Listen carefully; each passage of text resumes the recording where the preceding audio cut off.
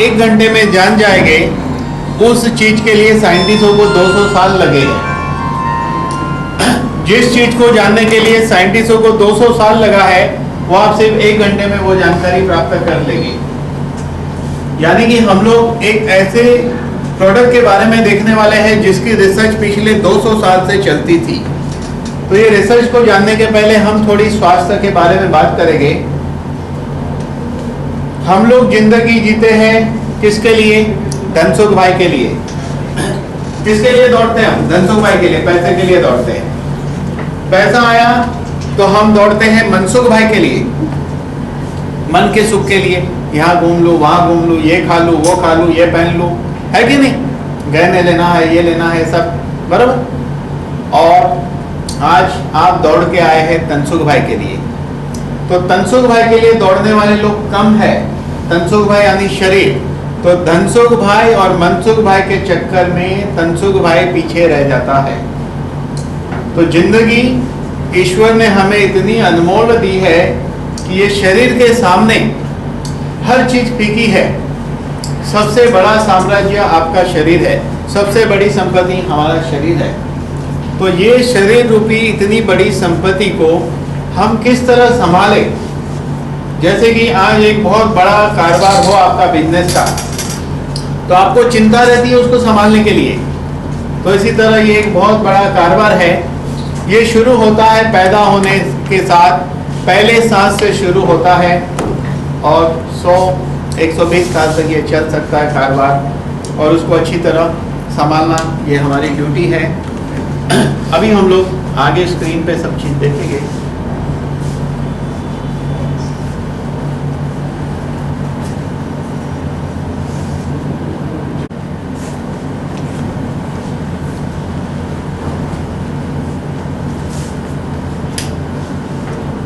आगे नहीं जा रहा है, इससे नहीं जा रहे, नहीं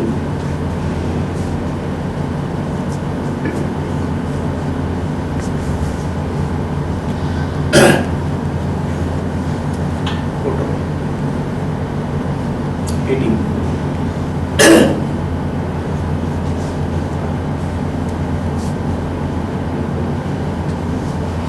सेंटर बटन है, सेंटर तो नहीं है, राइट है। हाँ ठीक है, चलिए। तो ये 200 साल की जो रिसर्च है, इसको इम्यूनोमोड्यूलेटर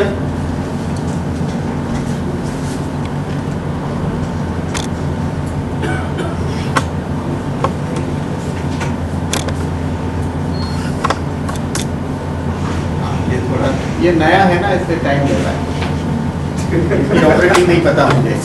चलिए, इसको इम्यूनोमोड्यूलेटर या तो नोवेल पेप्टाइड थेरेपी कहते हैं। इसमें लाइट चालू कर दो, फ्रंट लाइन। कृष्णा वो प्रोजेक्टर,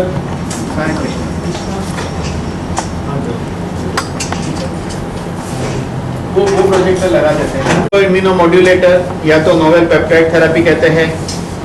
ये 200 साल से रिसर्च चल रही थी। ये रिसर्च कंप्लीट हुई 1986 से 2006 के बीच। तो इसको इंडिया में इंट्रोड्यूस किया डॉक्टर विजय भटकर ने, जो एक सुपर साइंटिस्ट है, भारत रत्न है।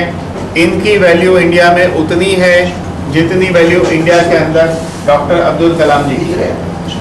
तो ऐसे भारत रत्न जो व्यक्ति है, उन्होंने हेल्दी इंडिया अभियान के लिए इस मॉलिक्यूल को पूरे एशिया के लिए मोनोपोली कॉन्ट्रैक्ट साइन किया है 2027 तक, ताकि ये दूसरे किसी को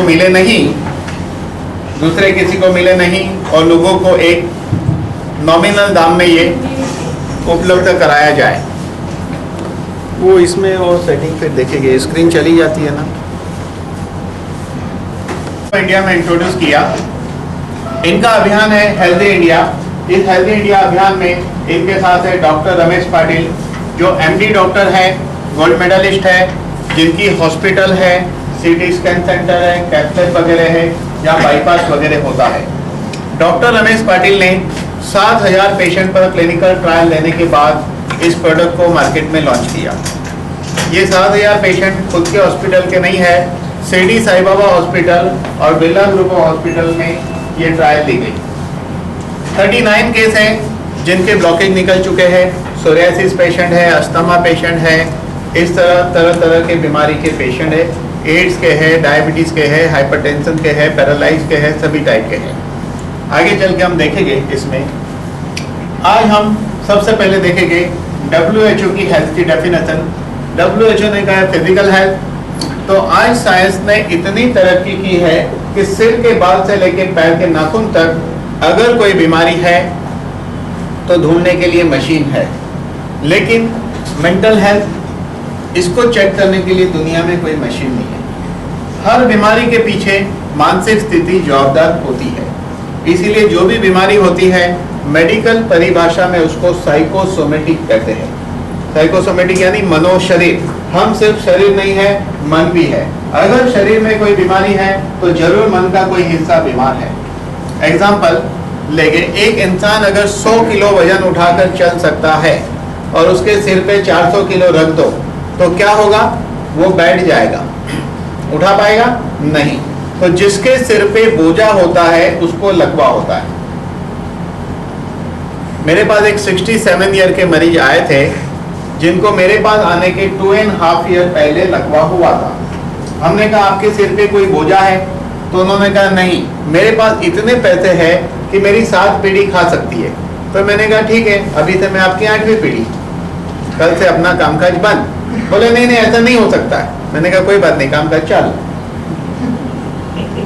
फिर इंक्वायरी करने पे पता चला पहला लड़का 42 ईयर का कुछ नहीं करता था, दूसरा लड़का 40 ईयर का कुछ नहीं करता था, तीसरा लड़का 37 ईयर का, उसने 6 महीने पहले बिजनेस में इंटरेस्ट लेना शुरू किया था। ये 3 बोझा। माँ बाप के पास पैसे कितने भी हो, बच्चे होनहार नहीं है, कमाते नहीं है तो वो बोझा है। बोझे की कंडीशन में पैरालाइज होता है। और सेम कहानी हुई थी धीरूभाई अंबानी के साथ। गुजर जाने के 13 साल पहले उनको लकवा हुआ और गुजर जाने के 14 साल पहले उन्होंने पैसा कमाया। यानी कि पहले साल इतना पैसा आ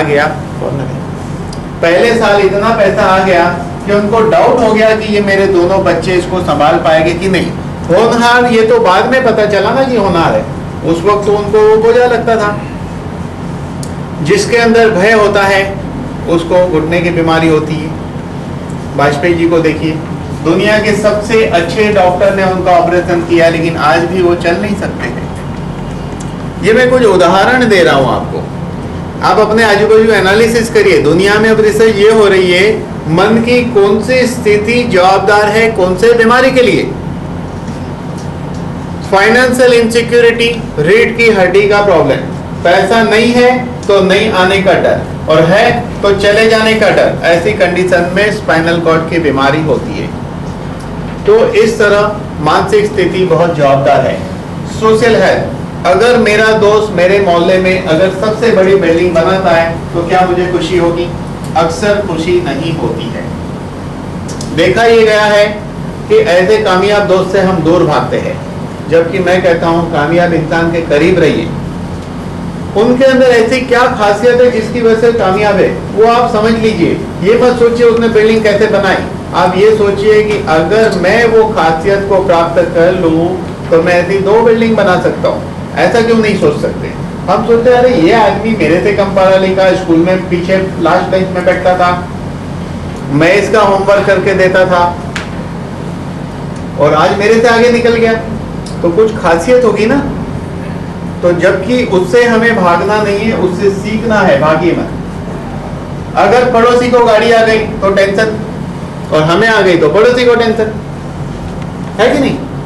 अगर उसको गाड़ी आ गई तो हमें प्रेरणा लेना चाहिए, चलो भाई अभी इसकी गाड़ी आ गई, अब मैं भी ले लेता हूँ गाड़ी, बिल्डिंग में सब गाड़ी वाले, कितना बढ़िया है। सोच बदलिए, सोशल है। लेकिन हम क्या सोचते हैं, एक आदमी को हार्ट अटैक आया, क्या सोचते हैं? अरे हार्ट अटैक आएगा तो, कैंसर देखा कैंसर होगा तो बीमारी के बारे में तुरंत आप अपने ऊपर लेते हैं। और उल्टा सोचिए, अगर किसी को हार्ट अटैक आया वो उसके लिए, कैंसर हुआ उसके लिए, आपके लिए नहीं। गाड़ी आई आपकी भी आ सकती है। तब हम सोशल हेल्थ कहेंगे, यानी कि सामाजिक स्वास्थ्य। तब एक अच्छे संसार का निर्माण होता है, अच्छा एक ग्रुप का निर्माण होता है, फैमिली लाइफ अच्छी होती है, बिल्डिंग में रिश्ते अच्छे रहेंगे लोगों से। आज हम बात करेंगे फिजिकल हेल्थ के ऊपर ही, जो मेन सब्जेक्ट है तनसुख भाई। लोग बीमार क्यों हैं? Air pollution. हम सबसे ज्यादा क्या लेते हैं? हवा लेते हैं, छोड़ते हैं 21,600 बार कम से कम। हवा के बाद अगर हमें कोई चीज ज्यादा लगती है तो वो है पानी। बंद पाइपलाइन से आता है, बरसों पुरानी पाइपलाइन है, सूरज की रोशनी गिरती नहीं है, क्लोरीन से प्यूरिफाई होता है, ऐसा पानी हमें मिलता है।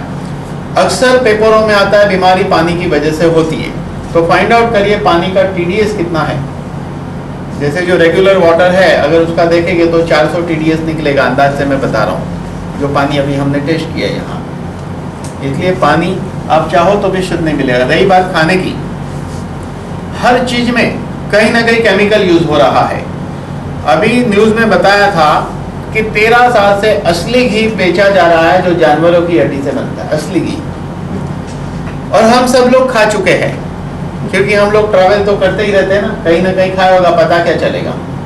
नकली दूध के 13 टेस्ट होते हैं, वो नकली दूध 13 टेस्ट में से पास हो जाता है। अब कैसा पता चले नकली है? जब टेस्ट में नहीं, चेकिंग जो है लैब टेस्ट में प्रूव हो गया, तो ऐसे कैसे पता चलेगा? तो 13 साल से दिल्ली में कंपनी असली घी बना रही थी, जो हम सब खा चुके हैं, और हम लोग वेजिटेरियन हैं अभी भी, है कि नहीं? हार्ड ड्रिंक, सॉफ्ट ड्रिंक, गुटखा, स्मोकिंग, लेजी लाइफस्टाइल, तनाव। ये तनाव इंसान की सबसे बड़ी समस्या है। अगर आप ऑटो आपको चाहिए, नहीं मिल रही है, तो अंदर एक हलचल होती है। ऑटो वाले ने मना किया तो अंदर हलचल होती है, जिसको हम इम्पेशंस कहेंगे, दुख कहेंगे, या उसी को स्ट्रेस कहते हैं। स्टेशन पहुंच गए, रिक्शा वाले को पैसा दिया, वो जल्दी छुट्टा नहीं दे रहा, इसलिए हलचल। फिर आपको ब्रिज चढ़ के स्टेशन के दूसरे प्लेटफॉर्म पे जाना है, बड़ी भीड़ है, आप क्या सोचते हो? कैसे लोग हैं, चलना तक नहीं आता, आप अपने आगे वालों के लिए सोचते हैं। इसका मतलब कि सब लोग चलना भूल गए, आपको अकेले को आता है। लेकिन चिंता मत करिए, आपके पीछे वाला भी यही सोच रहा है, कैसे लोग हैं, चलना तक नहीं आता, है कि नहीं? तो हमारे सिर से लेके पैर तक एक धारा चलती है, जिसको रिदम कहते हैं, जिसको लय कहते हैं, जिसको संगीत कहते हैं। इसको संभालना है यहाँ से। तो वो धारा जो चलती है, उस धारा को अगर हम संभालेंगे तो धारा नहीं रहकर राधा बन जाती है। हर क्षण हम खुश रहेंगे। हम कहते हैं ना, कल मैं अच्छी जिंदगी हूँ, कल नहीं, इस क्षण को अच्छे से जीना है। अभी की सोचो, कल की कल सोचेंगे, पिछला भूतकाल भूल जाइए और हर क्षण मस्त रहिए।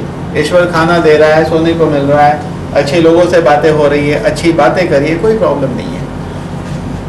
लेकिन आज बड़ी समस्या यह है डॉक्टरों के लिए भी, सुपर बग्स यानी कि वायरस और दवाई की दौड़ में वायरस जीत गया है, दवाई हार गई है। आज हम उस मुकाम पे है, ऐसे ऐसे फीवर आ रहे हैं जिसको डायग्नोस करना मुश्किल है, दवाइयाँ बनानी मुश्किल हो चुकी है। इन सब हालातों की असर हमारे शरीर पर होती है, जिसको मेडिकली ऑक्सीडेटिव स्ट्रेस कहते हैं।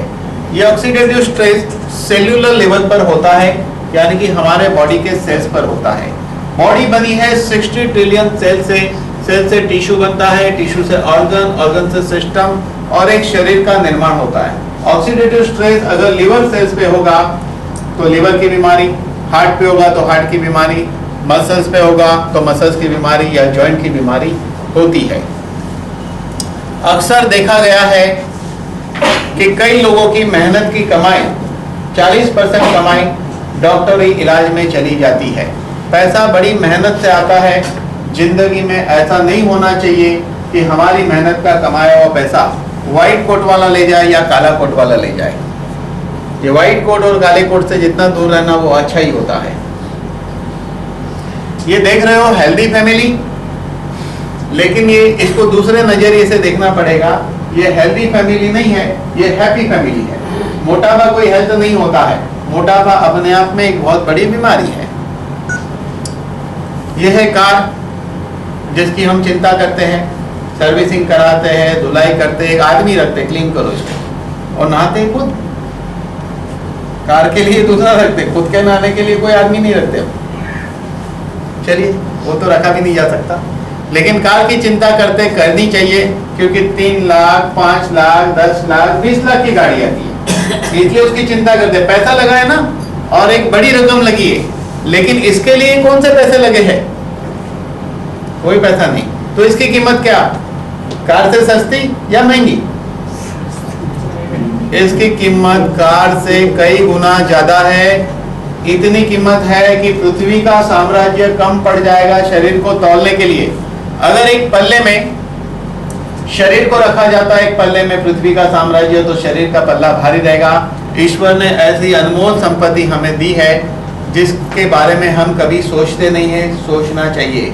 आज ये कीमती शरीर के प्रति सोचने का विषय है, तो इसको अच्छी तरह समझिए और जरूर सोचिए। ईश्वर ने सबको बुद्धि दी है। जो बात मैं कहता हूँ इसलिए मान नहीं लेना है, जो मैं कहता हूँ अपनी बुद्धि से उसको परख लीजिए। गूगल नाम की एक बहुत बड़ी दुनिया है, जो लोग इंटरनेट जानते हैं, गूगल पे बैठकर मेरी बातों को और डिटेल में जाके देखें, इस दवाई की बातों को, तो और मजा आएगी। बैंक बैलेंस बढ़ता है तो दिखता है, बैंक बैलेंस घटता है तो दिखता है, लेकिन शरीर का बैलेंस एक उम्र बढ़ने के साथ सिर्फ घटता है और घटते ही रहता है। तो ये शरीर में जो बैलेंस घट रहा है, ये करोड़ों का नुकसान हो रहा है कि नहीं? यस और नो?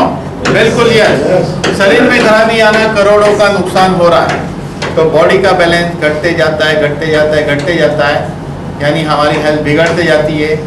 इस घटे हुए बैलेंस को फिर से भरने के लिए धन्वंतरी लाया है इम्यूरिज, यानी कि जो बॉडी का बैलेंस घटा है, जो करोड़ों का है, उसको बहुत मामूली दाम से फिर से रिफिल किया जा सकता है। तो क्या है ये इम्यूरिज?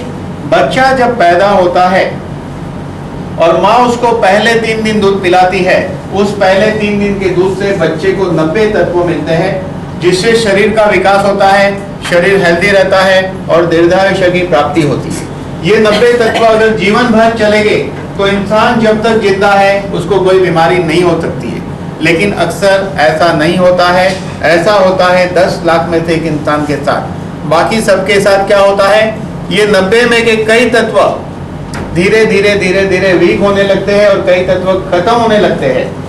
जब ये 90 में के कोई तत्व खत्म होते हैं या वीक होते हैं और उसकी वजह से जो बीमारी होती है, तो उस बीमारी को ठीक करने के लिए वही तत्व फिर से चाहिए जो हमें एलोपैथी दवा, होम्योपैथी दवा, आयुर्वेदिक दवा, यूनानी दवा, फूड सप्लीमेंट या खाने की चीज से वो तत्व वापिस नहीं मिलने वाले हैं। तो यही रिसर्च चलती थी 200 साल से, वो तत्व कहाँ से मिलेंगे?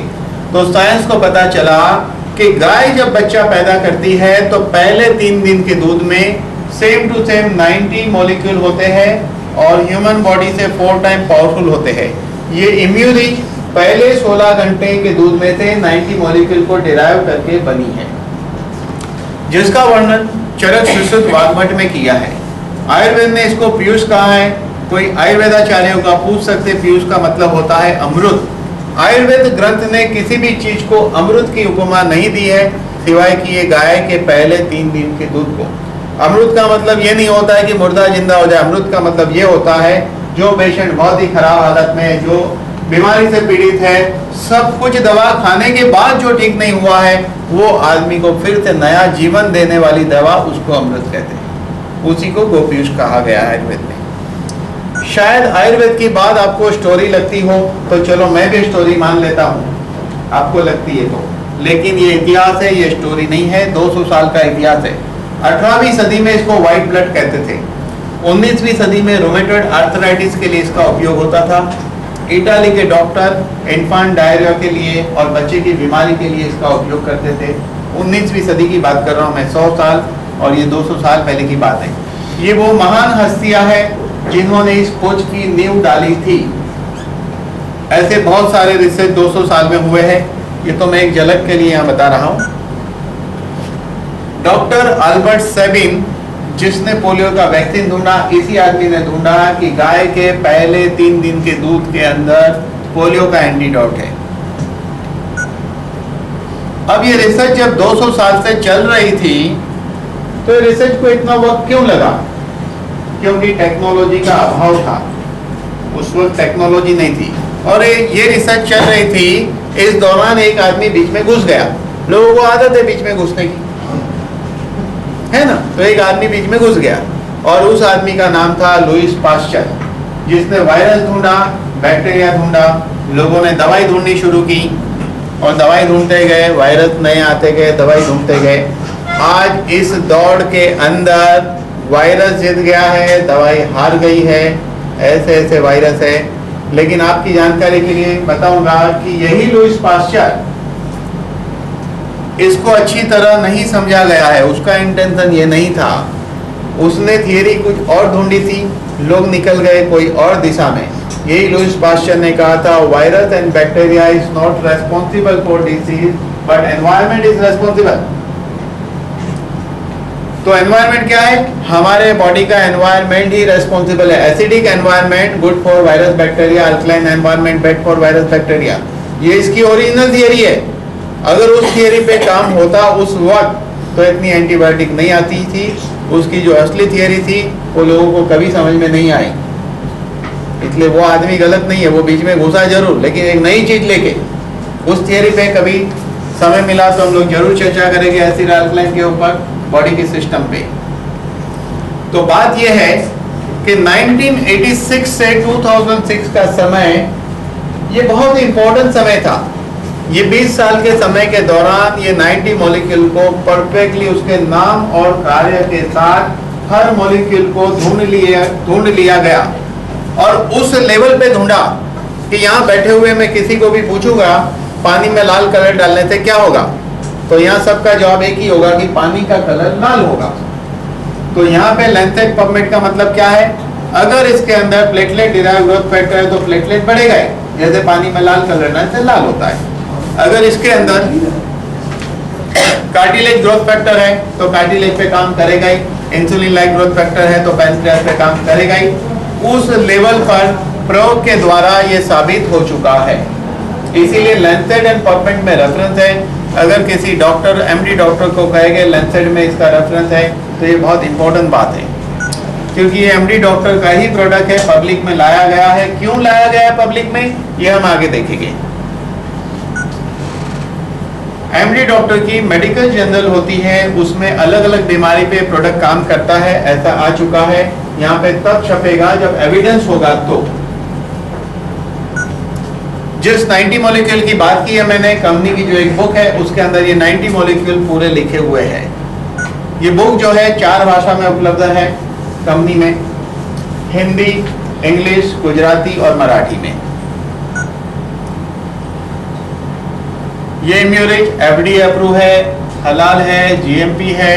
जितने सर्टिफिकेट दुनिया को चाहिए सारे सर्टिफिकेट मौजूद हैं। क्योंकि जब हम आपको पब्लिक में आके समझाएंगे तो सर्टिफिकेट लगता है, क्योंकि डॉक्टर सामने खड़े रह के समझा रहा है। लेकिन जब डॉक्टर के सामने खड़े रह के दवाई खाओगे तो कोई सर्टिफिकेट नहीं लगता। फर्क इतना है, मैं खड़ा हूं इसलिए आपको सर्टिफिकेट मांगोगे, लेकिन आप खड़े होकर दवाई खाओगे तो नहीं मांगोगे। कोई बात नहीं, ऐसा ही होता है। ये प्रोडक्ट इतना पावरफुल क्यों है? क्योंकि इसके अंदर ग्रोथ फैक्टर है, इम्यूनोमोड्यूलेटर है, एंटीऑक्सीडेंट है। पहले हम बात करेंगे ग्रोथ फैक्टर की। क्या है ग्रोथ फैक्टर? ग्रोथ का मतलब होता है विकास। इस विकास क्रम में हर घटना अच्छी तरह होनी चाहिए। जैसे कि हम पैदा होते हैं, पहली सांस से जीवन शुरू होता है, आखिरी सांस यानी जीवन का अंत होता है। इसके बीच का समय इसको आयुष्य कहते हैं। ये अच्छी तरह जाना चाहिए, स्वस्थ रहना चाहिए। कॉकरोच छोटा है, युवा है, ओल्ड है। बकरी का बच्चा छोटा है, युवा है, ओल्ड है। कबूतर और पेड़। एक बच्चा गर्भ में सिंगल सेल से डेवलप होता है, जहां हम उसे देख भी नहीं सकते। एक दिन वही 5 और 6 फुट का आदमी बन जाता है। ये कैसे घटित होता है? ग्रोथ फैक्टर के कारण घटित होता है ऐसा। तो क्या है ये growth factor? Very low molecule weight peptide को ग्रोथ फैक्टर कहते हैं। पेप्टाइड क्या है? मिनिमम 2 अमीनो एसिड और लेस देन 50 अमीनो एसिड से पेप्टाइड बनता है। पेप्टाइड किडनी को रिपेयर करेगा और 50 के ऊपर अमीनो एसिड रहेगा तो प्रोटीन बन जाता है। प्रोटीन किडनी को नुकसान करता है, पेप्टाइड किडनी को रिपेयर करता है। ये पेप्टाइड की साइज क्या है? 0.1 नैनोमीटर, यानी पेप्टाइड बहुत ही सूक्ष्म छोटा होता है। हमारे हेयर की थिकनेस 10,000 नैनोमीटर है और ये 0.1 नैनोमीटर, ये बहुत ही हल्का, बहुत ही सूक्ष्म होने के कारण ये पेप्टाइड सेल्स के अंदर एंटर हो जाता है और डीएनए को रिपेयर करता है, डीएनए सिंथेसाइज करता है, सेल्स का पावर हाउस माइटोकॉन्ड्रिया उसको रिपेयर करता है, इसलिए हमारा सेल्स का वोल्टेज भी बढ़ता है। इसके अंदर ये सारे ग्रोथ फैक्टर हैं जो अभी हम बारी बारी देखने वाले हैं। सबसे पहले इसमें है एपिडर्मल ग्रोथ फैक्टर, जो मैं एक एक टाइटल बोलते जाऊंगा, समझाऊंगा। यही टाइटल को आप गूगल में डाल के सर्च करते जाएंगे तो आपको पता चलेगा कि दुनिया में कितने बड़े लेवल पर इसका रिसर्च हुआ है। तो एपिडर्मल ग्रोथ फैक्टर का काम है सेल ग्रोथ। हमारी बॉडी सेल्स से बनी है, कंटिन्यू सेल्स ग्रोथ होते रहता है, सेल्स मरते पैदा होते हैं। सेल्स प्लोरिफरेशन, सेल्स मरते हैं पैदा होते उस घटना को अच्छी तरह होने देना, उसको सेल्स प्लोरिफरेशन कहते हैं। सेल डिफरेंशिएशन, यानी कि एक आदमी के घुटने के सेल डिजेनरेट हो रहे हैं, किसी के हार्ट के, लिवर के, ब्रेन के या कोई पुर्जे के। तो epidermal growth factor cells proliferation के दौरान ये नक्की करता है किसने क्या बनना है। यहाँ वो स्टेज है सेल्स का, ये नक्की नहीं है सेल्स कि ये मसल सेल्स बनेगा या बोन सेल्स बनेगा या नर्व सेल्स बनेगा या लिवर सेल्स बनेगा, यहाँ पर डिसाइड नहीं है। डिसाइड यहाँ होता है, कौन करता है? Epidermal growth factor. जिस दिन ये डिसाइड नहीं हो पाएगा तो बॉडी को जरूरत है घुटने के सेल्स की, घुटने के नहीं बनेंगे। मसल्स की जरूरत है, मसल्स नहीं बनेंगे। लिवर की जरूरत है तो लिवर सेल्स नहीं बनेंगे, तब जाके बीमारियां शुरू होती है। एंजियोजेनेसिस, प्री एग्जिस्टिंग आर्टरी में से नई आर्टरी बनती है, वो तब बन पाती है जब एपिडर्मल ग्रोथ फैक्टर मौजूद होगा। एपोप्टोसिस का मतलब होता है सेल्स प्रोग्राम डेथ। आपका सेल जब पैदा होता है तब उसमें लिख दिया गया है कब वो मरेगा। जब उसका वक्त आता है खुद ही अपने आप को सुसाइड कर लेता है, उसको कहते हैं एपोप्टोसिस। ये एंटी एपोप्टोसिस है, यानी कि सेल्स की उस प्रोग्राम को चेंज करके सेल्स की लाइफ को बढ़ाता है, इसलिए इंसान दीर्घायुष्य बनेगा।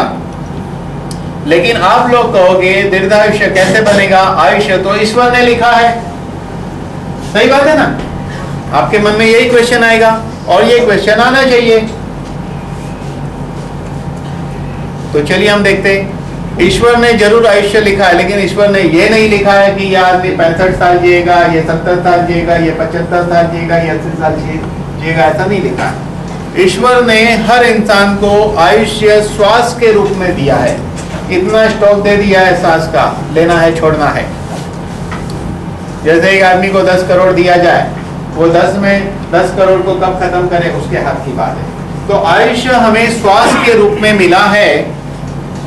जैसे कि कछुआ 1 मिनट में 3 से 5 बार सांस लेता है, इसलिए वो 300 से 500 साल जीता है। और डॉग, कुत्ता 1 मिनट में 40-45 बार सांस लेता छोड़ता है, तो 12, 15, 18 साल जीता है। मनुष्य अगर 1 मिनट में 15 सांस ले और छोड़े तो वो 100 साल जीता है।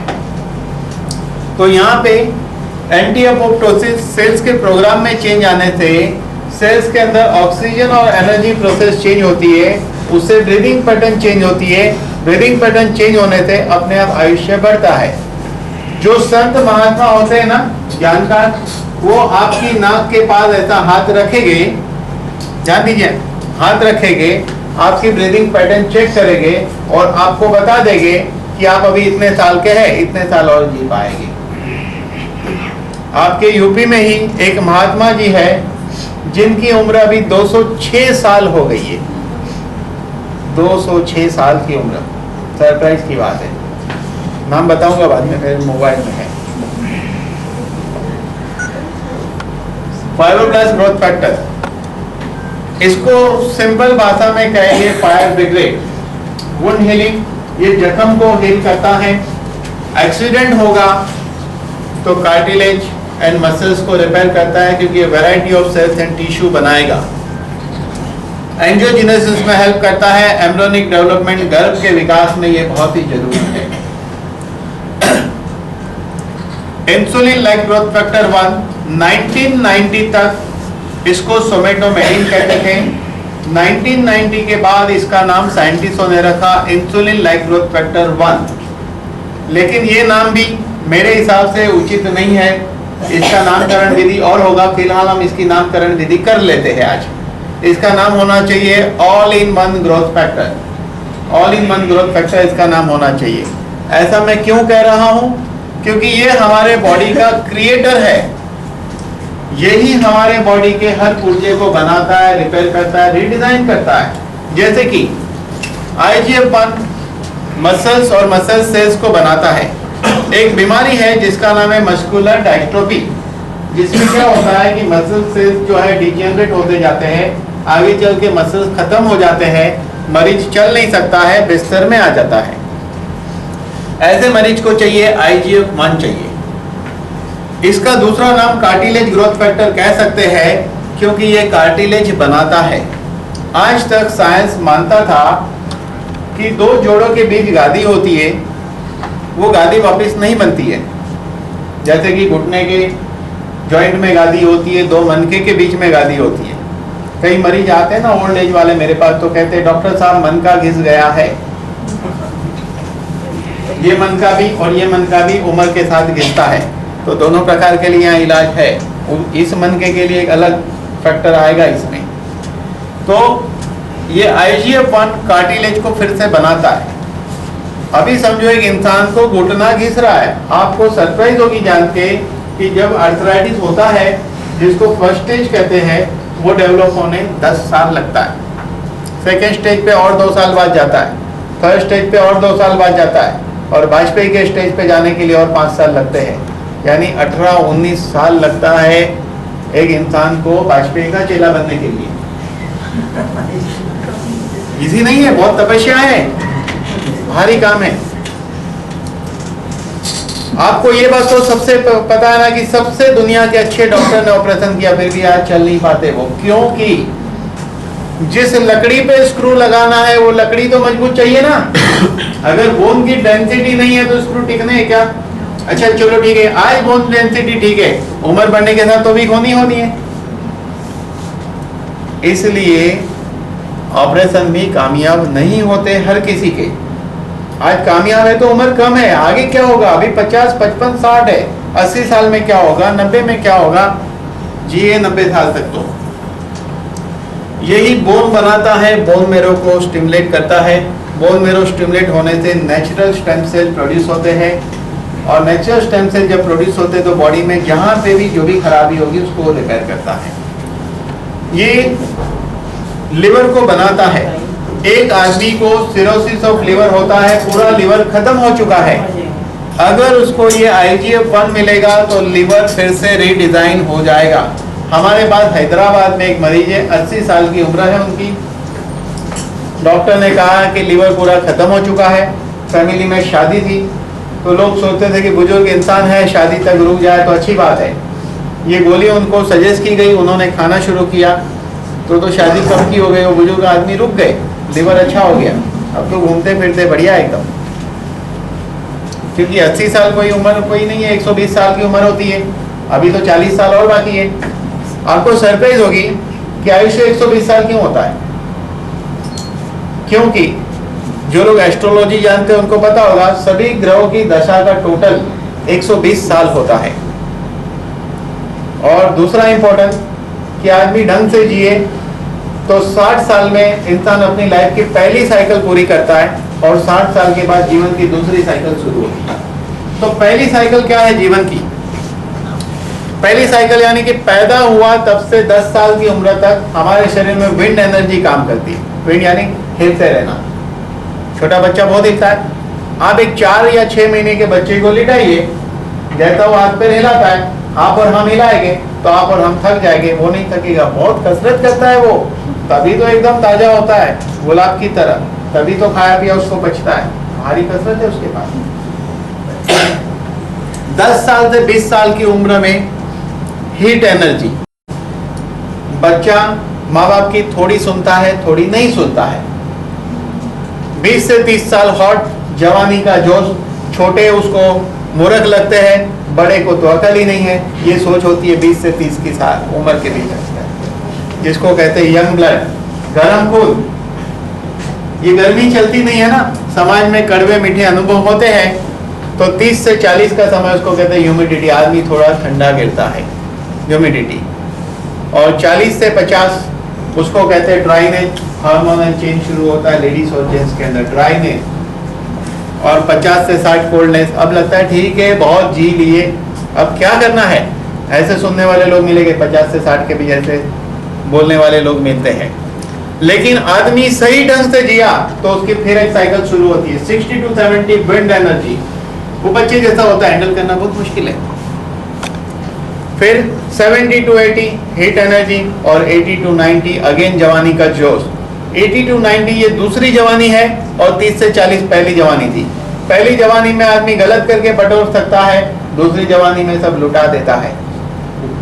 एग्जाम्पल है मोरारजी देसाई का। जिस वक्त वो रूलिंग पे थे, 80 से 90 का समय था, और पहली बार रिकॉर्ड है सोना सस्ता हुआ था, शक्कर सस्ती हुई थी, सब चीज सस्ती हुई थी। पूरा इतिहास है, आजादी के बाद का ये इतिहास है। क्योंकि उस उम्र में वो आदमी सेवा के अलावा कुछ नहीं सोच सकता, वो जवानी अलग है।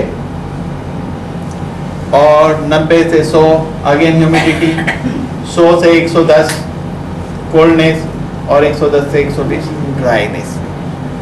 तो इस तरह एक अद्भुत क्रांति आती है। तो वो 80-90 वाली सोच अभी डेवलप करो तो कितना बढ़िया है, आप सोचिए, है ना। जीवन का मजा है, जिंदगी में अच्छे कार्य करो, अच्छे रहो, अच्छी बातें करो। आपको पता है इज्जत किसको मिलती है? जिसके पास बहुत पैसा है उसको मिलती है। फिर उसकी बुराइयों को भी लोग नजरअंदाज करते हैं, बहुत पैसा है तो। या तो उसकी इज्जत होती जिसके पास बहुत ज्ञान है। अगर ये दोनों चीज नहीं है तो इज्जत मिल सकती है? आप कहोगे नहीं, मैं कहूंगा यस। खाली 3 फॉर्मूला अपना के देखना। आज के बाद 3 सूत्र मैं आपको बताऊंगा, आप अपने जीवन में उतार के देखिए तो सही। पहला सूत्र क्या है? बहना सीखो, बहस बंद करो। क्या है फॉर्मूला? बहना सीखो, बहस बंद करो। हम लोग क्या करते? बहुत आर्ग्यूमेंट करते, बहुत चर्चा करते हैं, बहुत बहस करते हैं। जिससे क्या होता है, आप सामने वाले को अच्छे नहीं लगते, और सामने वाला आपको नहीं लाइक करता, आप उसको नहीं लाइक करते, तो कभी भी तालमेल बनने वाला नहीं है। हस्बैंड वाइफ के बीच में भी ये बात उतनी ही जरूरी है। ये हर इंसान को, हर इंसान के प्रति लागू होता है। तो दूसरी फॉर्मूला कि सुनना सीखो। जैसे अभी आप सुन रहे हो, वो नहीं है, ये तो एक अलग चीज है। सुनना सीखना है। अभी जो सुन रहे हो उसकी मैं बात नहीं कर रहा हूं। समझो कि आप शादी में गए या अपने दोस्त के घर गए, तो आपका दोस्त अपने प्रॉब्लम, अपने दुख, अपनी आप बीती सुना रहा है कि कितने कष्ट में थे वो इस मुकाम पे पहुंचा, या अभी उसको कितना कष्ट बता रहा है। अभी उसने बताने की शुरुआत की थी, और आप उसको रोक के ये बताने जा रहे हो कि भाई तेरे से बड़ा दुखी तो मैं हूं,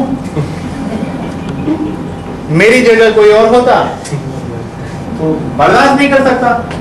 उसका मजाक कीड़ा हो गया। अरे आपका दुख आपका है, कोई नहीं ले सकता है, आपने ही लड़ना है, लेकिन आप उसका दुख कम कर सकते हैं। आप सुन लो उसकी, आपको कुछ नहीं करना है, सिर्फ तकिया कलम यूज करना है। हाँ ठीक है, वो ऐसा हुआ, बहुत बुरा हुआ, जस्ट तकिया कलम। अगर ऐसा करते जाएंगे तो कोई शादी में गए, कोई फंक्शन में गए, तो बहुत लोग आपको मिलेंगे और कहेंगे, जैसे रवि जी के भाई कहेंगे, अरे रवि जी बहुत अच्छा बोलते, अरे क्या अच्छा बोलते, खा वो तो सुनते, तकिया कलम यूज कर रहे, हाँ हूँ कर रहे, लेकिन एडवर्टाइज क्या होगी आपकी? आप बहुत अच्छा बोलते हो, जबकि आप बहुत अच्छा सुनते हो, लेकिन लोग कहते हैं आप बहुत अच्छा बोलते हो, है कि नहीं? क्या अगर ऐसी फॉर्मूला आपके पास तो लोग आपको चाहेंगे कि नहीं? yes. बिल्कुल, डेफिनेटली। छोटे से फॉर्मूला है। और तीसरा फॉर्मूला, लोगों को बुलाइए। हम लोग क्या करते हैं, देखिए रोड पे से जा रहे हैं, देखा एक आदमी आ रहा है, नक्की किया, देखता हूं बुलाता है कि नहीं। तो हमारा तो पक्का प्लान है, सामने वाले का प्लान तो पता नहीं। सामने वाला बेचारा टेंशन में जा रहा है, कुछ सोच में जा रहा है, और वो निकल गया। आंख जरूरी नहीं है कि देखते हुए देख रही है, आंखों का मन के साथ अनुसंधान होगा तब वो देखती है, भले वो निगाह आपके ऊपर उसकी, लेकिन वो सोचते हुए निकल गया। आप क्या करते हो, फोन करते हो, क्या बात है, बड़ी अकड़ आ गई, बाजू से गए, बुलाया तक नहीं। अरे आप भी तो बुला सकते थे, आपको कम अकड़ थी क्या? बुला सकते थे ना, लेकिन हमने तो उठान ली थी, बुलाया कि नहीं। तो हम लोग क्या करते हैं, हम देखते हैं कि हमारे से बड़ा आदमी है ज्ञान में, पैसे में, तो हम बुलाते हैं, और हमारे से कम पैसा और कम ज्ञानी है तो हम उम्मीद करते कि वो बुलाए। तो ऐसा मत करिए, जिसको भी आप जानते हैं छोटे से बड़ा सभी को बुलाइए, सामने से बात करिए। जीवन में मजा है तालमेल के, रिदम, लय, और लय है वही जीवन है, जहाँ लय नहीं है वहां तो तूफान है। तूफान में कोई लय होता है क्या? नहीं, तो तूफान नहीं चाहिए। तो इस तरह ये सिंपल फॉर्मूले है, जिसको जीवन में उतारिए तो लाइफ चेंज होती है। हाँ, अभी बात करेंगे, लिवर की बात कर रहे थे, किडनी। IGF-1 किडनी को हेल्दी रखता है। एक इंसान को गाउट होता है, यूरिक एसिड निकालने का काम किडनी का है, किडनी उसको निकाल नहीं सकती है, तो एंकल या घुटने में जमा होकर एंकल में दर्द होता है या घुटने में दर्द होता है। प्रॉब्लम किडनी का है, पनिशमेंट पैर को है। किडनी क्यों ठीक से काम नहीं कर रही है? IGF-1 नाम का तत्व वीक हो चुका है। जिन इंसान की किडनी फेल हो जाती है उनका भी IGF वीक होता है। IGF किडनी को फिर से रिडिजाइन करेगा, रिपेयर करेगा। हमारे पास मरीज है जो हफ्ते में 3 बार डायलिसिस करते थे, यानी महीने में 12 बार करते थे, अभी वो महीने में 2 बार डायलिसिस करते हैं। 12 की जगह पे अगर 2 हो जाए तो परसेंटेज ऑफ इंप्रूवमेंट क्या है? 60, 70, 80% ठीक हो चुका है। ये मत सोचिए डायलिसिस ठीक होगा तब 100% वो परसेंट को ऐसे मत काउंट करिए। डायलिसिस कम होना उसका भी एक रेशियो है ना। जो डायलिसिस जिंदगी भर बंद नहीं होने वाला है, वो 3 से 6 महीने में अगर उसकी मात्रा जो आधे से भी ज्यादा कम हो जाए तो पेशेंट को पेशेंस रखना चाहिए। साईं बाबा कहते हैं श्रद्धा और सबूरी, जिसको कहते हैं धीरज। कहते हैं ना, धीरज के फल मीठे। मेरे फ्रूट वाले का नाम धीरज है, उसके फ्रूट बहुत मीठे होते हैं। हाँ, अभी बात करेंगे नर्व, स्किन और लंग्स। ये लंग्स के सेल्स को भी रीजनरेट करता है। आज तक साइंस मानता था लंग्स सेल्स रीजनरेट नहीं होते, लेकिन हमारे पास एक नहीं अनेक उदाहरण है अस्थमा के मरीज के, जो दिन में 4 बार पंप लेते थे, 1.5-2 महीने में पंप छूट चुका है। बहुत किस्से अस्थमा में बहुत फास्ट रिजल्ट है इसका। अब बात करेंगे डायबिटीज की। Insulin like growth factor 1 pancreas के बीटा सेल्स को रीजनरेट करता है। इसीलिए कोई डायबिटीज के मरीज है तो इसको पहले चालू नहीं करें, पहले एक रिपोर्ट निकालेंगे। क्या है वो रिपोर्ट? उस रिपोर्ट का नाम है सीरम इंसुलिन टेस्ट। सुबह खाली पेट निकालने का, दोपहर को खाने के बाद वाला निकालने का। उसके बाद 2-2 गोली 3 बार शुरू की जाए, और 1 महीने बाद जब दोबारा रिपोर्ट निकलेगा तो सीरम इंसुलिन प्रोडक्शन बढ़ चुका होगा। जरूरी नहीं है कि डायबिटीज घटे, शुगर घटे, क्योंकि इंपॉर्टेंट शुगर नहीं है। शुगर कम रहती है उसको भी पैर की नस वीक होती है, आंखों की बीमारी, हार्ट की बीमारी, ब्रेन की होते हुए देखा गया है। क्यों? क्योंकि पैनक्रियास कितनी हेल्दी है उसके ऊपर सब आधारित है। एक डॉक्टर एक मरीज को कैसे बताता है कि आपको 1 साल बाद डायबिटीज होगी? सीरम इंसुलिन टेस्ट से। अगर आज शुगर नहीं है लेकिन सीरम इंसुलिन होना चाहिए, उससे कम आया है, तो डायबिटीज होने 1 साल लगता है। तो यहाँ सीरम इंसुलिन बढ़ा है तो 3 से 6 महीना इंतजार करना पड़ेगा शुगर लेवल कम होने के लिए। अगर शुगर लेवल बढ़ भी जाता है तो आपको चिंता नहीं करनी है, आपका एलोपैथी का डोज आप बढ़ा सकते हैं, लेकिन इसको बंद नहीं करना है, क्योंकि इसका टेस्टिंग है सीरम इंसुलिन का बढ़ना, ये इसका रियल रिपोर्ट होता है। जब बॉडी में चेंजेस आता है, शुगर, ऐसे एक मरीज का यहाँ शुगर बढ़ गया, उन्होंने बंद कर दिया। हमने कहा चालू ही नहीं करना है जब तक सीरम इंसुलिन चेक नहीं करोगे, क्योंकि आपको कैसे पता चलेगा ये दवाई आपके बॉडी पे काम करती है? क्योंकि शुगर डिपेंड करता है आपने अभी 2 दिन क्या खाया, पिछले 2 दिन, और आज चेकिंग किया। नेक्स्ट चेकिंग के वक्त पिछले 2 दिन क्या खाया, ये इंपॉर्टेंट है। स्ट्रेस इंपॉर्टेंट है, नींद कितनी हुई है इंपॉर्टेंट है, बहुत सारी बातें इंपॉर्टेंट है, कितना श्रम किया ये इंपॉर्टेंट है। तो बहुत सारी बात शुगर बढ़ने और घटने के 2 रिपोर्ट के ऊपर आधारित है, यानी वो रिपोर्ट परफेक्ट नहीं मान सकते हैं इस एनालिसिस के लिए, इसलिए सीरम इंसुलिन चाहिए। ये IGF-1 अगर बच्चों के अंदर कम बनता है तो उनकी हाइट शॉर्ट रहती है, बहुत ज्यादा कम बनता है तो ड्वार्फ, जिसको हम बौना या जोकर कहते हैं, और ये बहुत ज्यादा बनेगा तो एक महामानव खली बन जाता है, महाकाय इंसान बन जाता है। यही नर्व सेल्स के ग्रोथ में हेल्प करता है, डीएनए सिंथेसाइज करता है, डीएनए रिपेयर करता है। अगर फादर और मदर को डायबिटीज है तो बच्चे को पूरे चांस है, 99% चांस है कि बच्चे को शुगर आएगा। 20, 22, 25, 26 साल के बाद हेरिडिटरी वाली डायबिटीज आती है। वैसा मरीज, इसको पहले से शुरू किया है, इसको मरीज नहीं कहना चाहिए, वैसा इंसान जिसको फ्यूचर में डायबिटीज होने के चांस है, इसका सेवन करें तो डीएनए में चेंज आने से आगे चल के पूरी संभावना है कि उसको शुगर नहीं आएगी। नव ग्रोथ फैक्टर ने इंसुलिन लाइक ग्रोथ फैक्टर 2, इसका मॉलिक्यूलर स्ट्रक्चर और इंसुलिन का मॉलिक्यूलर स्ट्रक्चर बिल्कुल सेम है। ये बॉडी में इंसुलिन जैसा बिहेव करता है और insulin like growth factor 1 pancreas को रिपेयर करता है, इस तरह शुगर लेवल काबू में आता है। नव ग्रोथ फैक्टर नर्वस सिस्टम के डॉक्टर को न्यूरोलॉजिस्ट, न्यूरोफिजिशियन, न्यूरोसर्जन कहते हैं। शायद ही कोई न्यूरोलॉजिकल डिसीज ठीक होती होगी, बड़ी मुश्किल से, जैसे कि paralysis, Parkinson, neuralgia, sciatica, Alzheimer, motor neuron, ऐसी कई बीमारी जो है वो मुश्किल से ठीक होती है, क्योंकि इसकी असली दवा है नव ग्रोथ फैक्टर। आने वाला समय, ये जो ग्रोथ फैक्टर है इसको कहते हैं 5th जनरेशन मेडिसिन। साइंटिस्टों ने ढूंढ लिया है ये सारे फैक्टर जानवरों के ब्लड से या मसल से या निकाल के बनाए जा रहे हैं ऑलरेडी, यहाँ हम आपको नेचुरल दे रहे हैं। तो जापानीज साइंटिस्ट ने 20 टन ह्यूमन ब्लड प्लाज्मा में से 1 मिलीग्राम नव ग्रोथ फैक्टर बनाया, जिसकी कीमत है 1,84,000। कुछ साइड इफेक्ट भी है। यहाँ पर इम्यूरिच में 300 mg की एक गोली में 11.5% नव ग्रोथ फैक्टर मिलता है, यानी कि उतना फायदा 20 गोली से होगा। इसी से ये नव growth factor pineal gland, pituitary gland, hypothalamus पे काम करता है, जिससे हार्मोनल बैलेंस रहता है, इंसान हेल्दी एंड लॉन्ग लाइफ जिएगा। इसके अंदर प्लेटलेट डिराइव ग्रोथ फैक्टर है। डेंगू के अंदर या दूसरे कई प्रकार के फीवर में प्लेटलेट काउंट कम होने से ब्रेन में ब्लीडिंग से डेथ होता है। 4 गोली 4 बार दीजिए, 5वें दिन प्लेटलेट काउंट 1 लाख क्रॉस करता है, 7वें 8वें दिन 1.5 लाख क्रॉस कर जाएगा। नॉर्मल वैल्यू प्लेटलेट की होती है 1.5 लाख to 4.5 लाख। इसके अंदर है transforming growth factor alpha and beta, वो हमारी लिप्स से लेकर एनस तक की जीआई ट्रैक्ट को प्रोटेक्ट करता है, जिसकी वजह से acidity, ulcer, ulcerative colitis, gastritis, ऐसी सब बीमारी पे ये अद्भुत काम करता है। नेट पे जरूर देखिएगा ट्रांसफॉर्मिंग ग्रोथ फैक्टर अल्फा और बीटा के बारे में। अब हम बात करेंगे इसके दूसरे सेक्शन की। ये इम्यूनोमोड्यूलेटर है। यहाँ बैठे हुए हर इंसान के शरीर में उतनी क्षमता है कि हमारा शरीर सभी प्रकार के वायरस को किल कर सकता है। उसके बावजूद हमें एंटीबायोटिक खानी पड़ती है। क्यों खानी पड़ती है?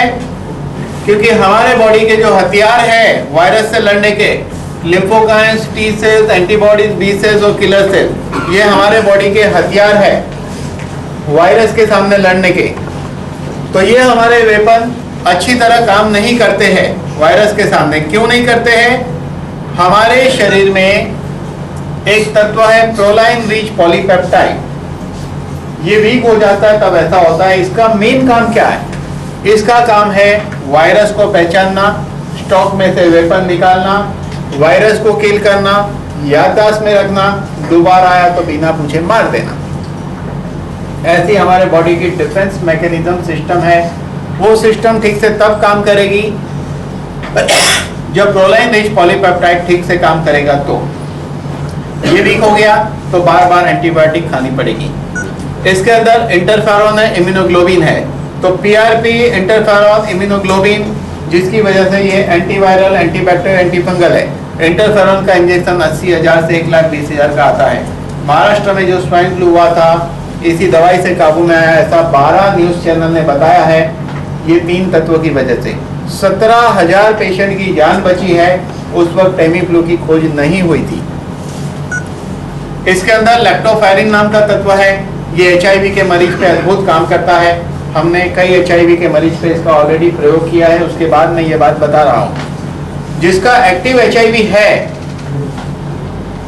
वैसे एड्स का मरीज का वजन घटते जाता है, उसको लूज मोशन होते हैं और लिम्फ नोड डेवलप होते हैं। 4 गोली इम्यूरिक 3 बार दी जाए HIV के मरीज को, तीसरे दिन से दवाई काम करेगी। 1 महीने में उसका वेट गेन होगा, उसका लूज मोशन रुकेगा और पेशेंट में चेंज आएगा।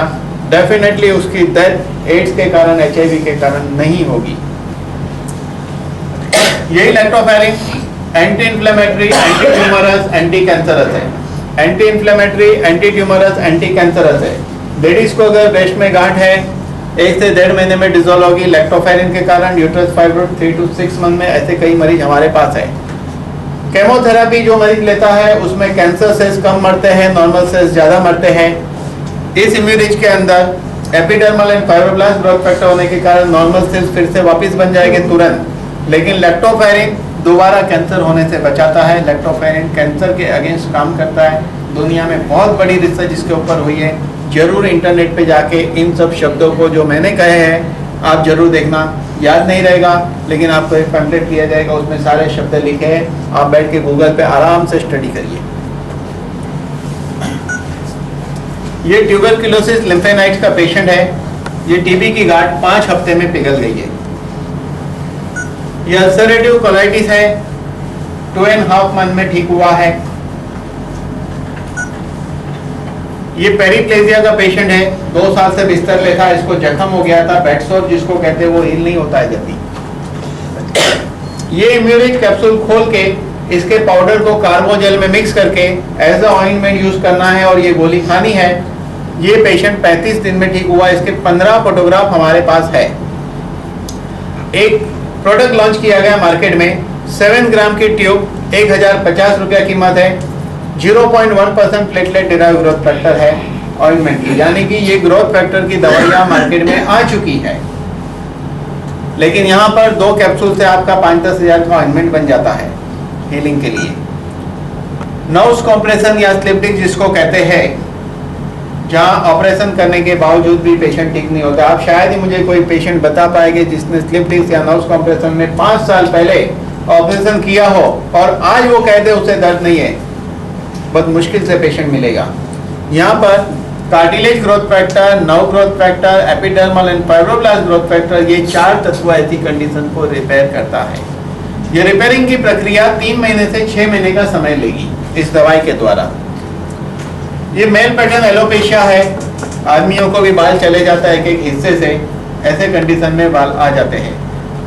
जिसके कम बाल हो गए और बाल जहाँ हो गए बाल घने हो सकते हैं, लेकिन जिसके बाल बिल्कुल चले गए उसके बाल नहीं आएंगे, ये पक्की बात है। टीनेज के लड़के लड़की ले गए तो स्किन और हेयर अच्छे रहते हैं, पिंपल्स अच्छे हो जाते हैं। मैरिड कपल लेगा, धरती अच्छी, बीज अच्छी तो फसल अच्छी। प्रेग्नेंट लेडी लेगी तो फाइब्रोब्लास्ट ग्रोथ फैक्टर गर्भ के विकास में मदद करता है। डिलीवरी के बाद माँ और बच्चे की हेल्थ के लिए अच्छा है। मेनोपॉज स्त्री के जीवन का सबसे इंपॉर्टेंट समय 35 से 45, जहाँ हार्मोनल चेंज होता है जिसकी वजह से उसका स्वभाव बदल जाता है। कभी गुस्सा आता है, कभी प्यार आता है, कभी पागलपन, कभी ठंडी लगती है, कभी गर्मी लगती है, कभी भूख लगती है, कभी भूख नहीं लगती है। ऐसा सब बिहेवियर पैटर्न चेंज होती है। आदमी गुस्सा वाला है तो झगड़ा होता है और सिटी में देखा गया है बड़े बड़े शहरों में डिवोर्स हो जाते हैं। तो ये इम्यूरिज ऐसी कंडीशन में हार्मोनल बैलेंस क्रिएट करती है जिससे स्त्री का जो स्वभाव है वो मेंटेन रहेगा पहले वाला, क्योंकि सभी का अच्छा ही स्वभाव रहता है। ओल्ड एज की कॉमन समस्या क्या है? भले कोई बीमारी नहीं है, वीकनेस, थकान, नींद नहीं आना, खाना नहीं पचना, याद नहीं रहना, ऐसी चीजों में ये अद्भुत है। बच्चों की हेल्थ के लिए ये बहुत ही अच्छा है। स्पोर्ट्समैन का स्टेमिना बढ़ाने के लिए बहुत ही अच्छा है। मैं भी एक स्पोर्ट्समैन हूँ इसलिए रेगुलर लेता हूँ, क्योंकि अभी मैं 5वीं बार लेक्चर ले रहा हूँ। आज ही सुबह 7 बजे पहला लेक्चर मैंने लिया था। रात को 12 बजे सोए थे, सुबह 5:30 को उठा था। तो स्पोर्ट्समैन का स्टेमिना बढ़ाने, मैं भी स्पोर्ट्समैन ही समझता हूँ अपने आप को, क्योंकि इतनी बार लेक्चर देना ये स्पोर्ट्समैन जैसा ही काम है, स्टेमिना चाहिए। ये पहलवान की कभी बॉडी बनी नहीं इसलिए इसकी शक्ल ढक के रखी है, क्योंकि इसको ग्रोथ फैक्टर ही कभी नहीं मिला। ग्रोथ फैक्टर से ही बॉडी बनती है, very important. Cirrhosis of liver, IGF-1 नाम का तत्व लिवर को फिर से रीडिजाइनिंग कर देगा, भले पूरा लिवर खत्म हो गया है तो भी। रूट कैनाल की सर्जरी के पहले, सर्जरी के दौरान और बाद में लिया जाए तो रूट कैनाल फ्यूज हो जाएगा, जिंदगी भर साथ देगा, और जिसके दांत अच्छे हैं उसके दांत कभी खराब नहीं होंगे। कैटरेक्ट की सर्जरी के पहले और दौरान या बाद लिया जाए तो जिस हीलिंग को 1.25 महीना 1.5 महीना लगता है, because of epidermal and fibroblast growth factor 5 दिन में हीलिंग हो जाएगा। उम्र बढ़ने की प्रक्रिया में हर इंसान ने एक दिन ओल्ड होना है। दुनिया में ये प्रूव हो चुका है कि एंटी एजिंग सिगरेट क्या है। ग्रोथ फैक्टर एंड पेप्टाइड दुनिया का सबसे पावरफुल एंटी एजिंग सिगरेट है, यानी कि उम्र बढ़ने की प्रक्रिया को स्लो करता है। उम्र बढ़ती है तो भी इंसान को फिट और यंग रखता है, ग्रोथ फैक्टर एंड पेप्टाइड। तो ये आखिरी स्टेज पे लकड़ी वाले दादाजी बनना है, या आज निर्णय लेके इसका सेवन शुरू करके तीसरे या चौथे लेवल पर रह के स्मार्ट बुड्ढा बनना है, ये नक्की आज करना पड़ेगा, क्योंकि कल तो लकड़ी हाथ में होगी। अब ये किसको लेना चाहिए? 122 करोड़ के पॉपुलेशन में 122 करोड़ लोगों की ये जरूरत है। क्यों जरूरत है? क्योंकि जब हम पैदा हुए थे तो माँ के पहले 3 दिन के दूध से, जब हम पैदा हुए थे तो माँ के पहले 3 दिन के दूध से हमें 90 तत्व मिले थे। जब हम पैदा हुए थे तो माँ के पहले 3 दिन के दूध से 90 तत्व मिले थे। रोज मिलते रहे, जिंदगी के आखिरी सांस तक मिलते रहे, तो जिंदगी कैसी होगी? डेफिनेटली जीने जैसी होगी, क्योंकि कोई बीमारी नहीं है, तो ही जीवन का मजा है। क्योंकि शरीर से बड़ी संपत्ति इस पृथ्वी पे कोई नहीं है, इसीलिए हर किसी ने लेना चाहिए। डे 1 के चाइल्ड से लेके एनी एज सबके लिए ये सेफ है। 5.5 महीने के अंदर का बच्चा है तो आधी गोली दे सकते हैं, 5.5 से 4 महीने वाले के लिए 1 गोली, 5.5 महीने से 4 साल के लिए 1 गोली, 4 से 12 साल के लिए 1-1 गोली 2 बार, 12 साल के ऊपर 1-1 गोली 3 बार खानी चाहिए। ये हेल्दी इंसान को हेल्दी रहने का डोज है। बीमारी में ये डोज डबल है, बड़ी बीमारी में 3 या 4 गुना होता है। क्या इसकी कोई साइड इफेक्ट है? तो पहले ये हमें समझना है ये बना कैसे है। गाय के पहले 3 दिन के दूध से बना है, इसलिए कोई साइड इफेक्ट नहीं है। दूसरी दवाई के साथ कोई रिएक्शन नहीं आता है, और रेगुलर मेडिसिन को चालू रखते हुए इसका सेवन करना है। आगे चल के वो मेडिसिन जो एलोपैथी है उसका डोज कम होके बंद हो जाएगा। मार्केट में एक बुक आई है, बुक का नाम है डेथ बाय प्रिस्क्रिप्शन, यानी कि दवाई की चिट्ठी द्वारा मृत्यु, बुक का नाम है। उसके पहले पन्ने पे लिखा है जितनी मृत्यु एक्सीडेंट से नहीं होती है उससे ज्यादा मृत्यु प्रिस्क्रिप्शन से होती है। मैंने आपको पहले कह चुका हूं कि मैं यहाँ खड़े रह के बोलता हूँ तो आपको बहुत प्रूफ मांगते हो, लेकिन डॉक्टर के पास जब आप जाते हो और आप खड़े रहकर दवाई लेते हो तो सारी दवाई खा लेते हो। कोई पूछते नहीं हो कि दवाई को सर्टिफिकेट है कि नहीं, इसकी साइड इफेक्ट है कि नहीं, कुछ नहीं पूछते हो। परफेक्ट। तो यहाँ हमने जो बातें बताई है इसको फर्दर प्रूव करना है तो इंटरनेट पे जाइए, और पढ़ना है तो किताब अवेलेबल है। दुनिया में बहुत बड़ी रिसर्च हुई है। आप लोगे तो सबसे ज्यादा फायदा आपको होगा, क्योंकि ये शरीर को आप पृथ्वी के साम्राज्य से तोल नहीं सकते हैं। शरीर का साम्राज्य क्या है? आपके 90 तत्व। ये 90 तत्व वीक होते जाएंगे तो आपकी संपत्ति कम होते जा रही है। ये 90 तत्व बैलेंस है तो सारी संपत्ति आपके पास है, क्योंकि जो है उसको भोग सकते हैं और शरीर स्वस्थ रह सकता है, इसलिए इसको हर किसी ने सेवन कर सकते हैं। इसके अंदर कई प्रकार के मिनरल है जो हमारे बॉडी के फ्री रेडिकल को न्यूट्रलाइज करते हैं। नॉर्मल लैंग्वेज में हम कहेंगे फ्री रेडिकल यानी एक प्रकार का टॉक्सिन है, ये आपकी बॉडी को डिटॉक्सिफाई करता है। ये है डॉक्टर रमेश पाटिल, जिनकी हॉस्पिटल है, कैथलैब है, सिटी स्कैन सेंटर है, बाईपास वगैरह वहाँ पर होता है। 7,000 पेशेंट पर ट्रायल लेने के बाद इस प्रोडक्ट को मार्केट में लॉन्च किया गया है। इसकी कोई साइड इफेक्ट नहीं है। हेल्दी इंडिया अभियान है, हर आदमी ने ये खाना चाहिए और खा सकते, इसके लिए कोई प्रिस्क्रिप्शन की जरूरत नहीं है, इतना ये सेफ है। फाइनली एक कहूँगा, आज हमारा जीवन कैसा है? नशा हर चीज में है, नशा हर चीज में है। हमें पीना ना आया, जिंदगी खूबसूरत है, हमें जीना ना आया। लेकिन जिस दिन आपको पूर्ण स्वास्थ्य का लाभ होगा, मैंने यहाँ तक देखा है जो आदमी अपने आप को स्वस्थ समझता था, इसका सेवन करने के बाद उन्होंने कहा कि अब मुझे लगता है कि मैं अब स्वस्थ हूँ। तो क्या होगा? नशा हर चीज में है, नशा हर चीज में है। हमें पीना आ गया, जिंदगी खूबसूरत है, मैं जीना आ गया। Thank you. अभी एक टी ब्रेक है, उसके बाद आगे हम लोग कंटिन्यू करेंगे। उसके बाद